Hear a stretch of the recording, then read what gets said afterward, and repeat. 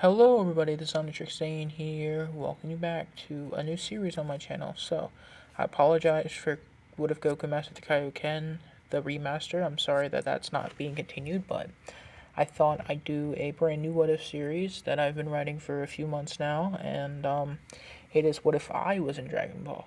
So, I know y'all saw my community post. This is going to be a little different than how normal people do it. I'm combining Ben 10 elements alongside Dragon Ball elements, but without further ado, I'm Omnitrix Sane, and let's get into this video. We start the story by going into Universe 13. We see Lord Zeno erasing timelines and different universes. This time, instead of sparing 12 universes, he spares 13. Now we cut to the planet of the Universe 13 Destroyer God. The warrior Destroyer God Namekian Shirley and his ancient temple. After just hearing about the almost destruction of their universe, they realized they had to take their jobs a lot more seriously, so let's cut around.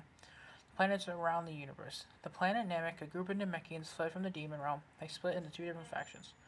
The Fire Clan. These Namekians have red skin with orange eyes. They are a warrior melee focus based clan. And the Water Clan. They have blue skin with white eyes. This clan focuses on magic and the making of Dragon Balls. They fight using water based ki attacks. Long ago, before the birth of our hero, a nameless Namekian fled the planet towards a place called Earth. When the Guardian landed, the Destroyer God was on Earth looking for good food. He found the young Namek. He asked his angel attendant to train this young Namekian to be the god of this planet, in order to protect it and get good food. For the next decade, he trained under the angel temple. Eventually, he became the god of the planet and took up the name Kami. Years later, we cut into space. An alien known as Vilgax is going through planet after planet looking for the Dragon Tricks. In his rampage, he exploded a planet known as Sadala. A Saiyan, known as Bardock, sent his son Kakarot to Earth. Bardock died against Vilgax after destroying Sadala. Years later, we cut through space. A little alien is running towards his pod as the alien Vilgax is trying to take the Dragon Tricks. A scientist, Asmith, sent off the watch to his good friend Gohan, hoping the man knew how to use the watch. We cut to a campsite. A 12-year-old Dakota is out as he's living in the forest by himself. The young Dakota has wandered away from the campsite. He sees a shooting star and follows it. We cut to what seems like an older man with a biometrics on his arms. Ben, alongside a professor named Paradox. Paradox would speak. You need to make sure this Omnitrix user gets this watch. This universe tells me it's going to be important, even though it works differently here. So Ben turns into Ultimate Monkey King as his body slims down and his hair grains a greenish-reddish hue. I'd say it would go like Watchless Ben getting Ben Prime the Omnitrix. Now we cut to Dakota. He would fall into a crater as a ball would open up. The watch with a purple hue would attach to his wrist. He screams, "Get off me! Get off me! Ah! Ah! Get off me!" As he would try to be removing the watch, he hits it by accident, turning into an alien known as Inferno Rock. At the same time, 3 space pods fly down out of the air and land on the planet. Raditz, the bounty hunter known as Tetrax Shard, and a hunter droid sent by Vilgax to find the Dragon Tricks. Raditz will find to the first power level he finds. Inferno Rock's power level, I say, is about 300. Dakota is setting a forest on fire. The robot shows up, the hunter droid. As Inferno Rock timed out, Dakota ran away from the droid. As we cut to Piccolo, but instead of Raditz finding Piccolo, the Petra Sapien flies down and appears next to Piccolo. You, Namekian, do you know what the Dragon Tricks is? Piccolo would turn around. The red Namekian would make eye contact with him. What's a Dragon Tricks? And what are you talking about? I'm not a Namekian. Tetrax would explain the history of the fire and water Namekian, so Piccolo learns about his origins. Tetrax leaves and goes to Kame House. 15 minutes later, Raditz also finds Piccolo, and that encounter goes the same. So we cut to Kame House. That reunion goes the same until Tetrax shows up and asks Kakarot about the Dragon Tricks. Kakarot agrees to help find Tetrax, find the Dragon Tricks as Raditz shows up. Let's discuss Power Level. So since Tetrax is not really from Dragon Ball, I say he's about 500. The encounter would go normally. Piccolo, Kakarot, and Tetrax would team up as they follow Raditz. We cut back to Dakota running as he ran up, showing up in the middle of the fight between Raditz, Kakarot, and Tetrax. When Dakota shows up with the droid, he hits the watch again, turns into an alien he calls 10 Speed. As Ben ran with 10 Speed, he ran the droid in front of the special beam cannon as 10 Speed ran Goku and Tetrax out of the way, as the beam killed the droid and Raditz. Dakota would time out as Kakarot stood up looking at the young boy with the watch on his wrist. Tetrax, exhausted, saying, "That's the Dragon Tricks."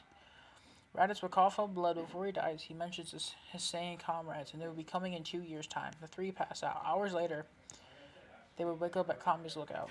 Now, let's cut to the past. The nameless Namekian was still split into a water-type Namekian and a fire-type Namekian, Piccolo.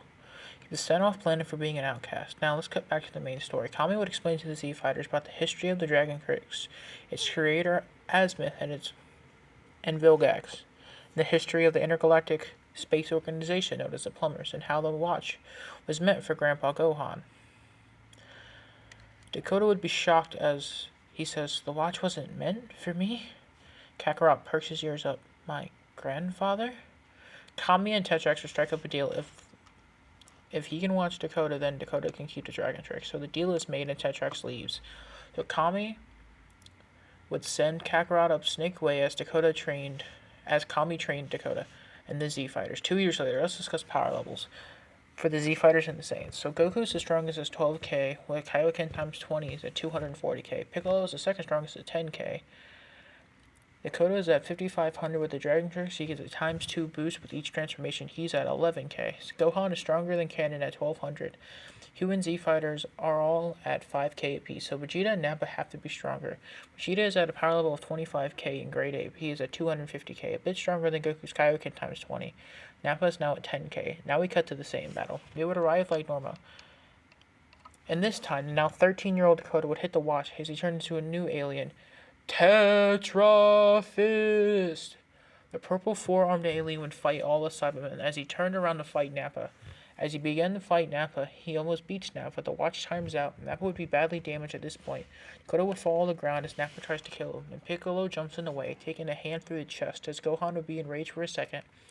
His power level jumps up to 12k as he fires a blast that kills Nappa. The Omnitrix would go yellow as Nappa's body hit the floor.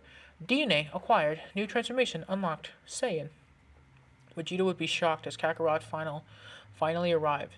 As the watch times back in, Dakota turns into his new transformation he called Tail Fist. This transformation is different. It gets stronger the more you turn into it, so Dakota's power level is now equal to Vegeta's. So Dakota and Kakarot would fight Vegeta. I'd say this fight would go a lot easier, forcing Vegeta to go grade 8 earlier on.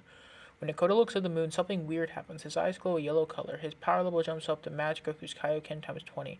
As Goku would go into Kaioken times 20 to fight Vegeta, the fight would go the same until Vegeta would step on Dakota as the watch timed out, giving Krillin the chance to use his destructive just to chop off Vegeta's tail. As Vegeta turns back in the human form, Goku's body gives out as he falls to the ground. Dakota would get back up, injured, as he would barely turn into Inferno Rock as the watch came back on. Vegeta would power up a Gallic Gun as Dakota would power up a fire-based Ki Blast attack.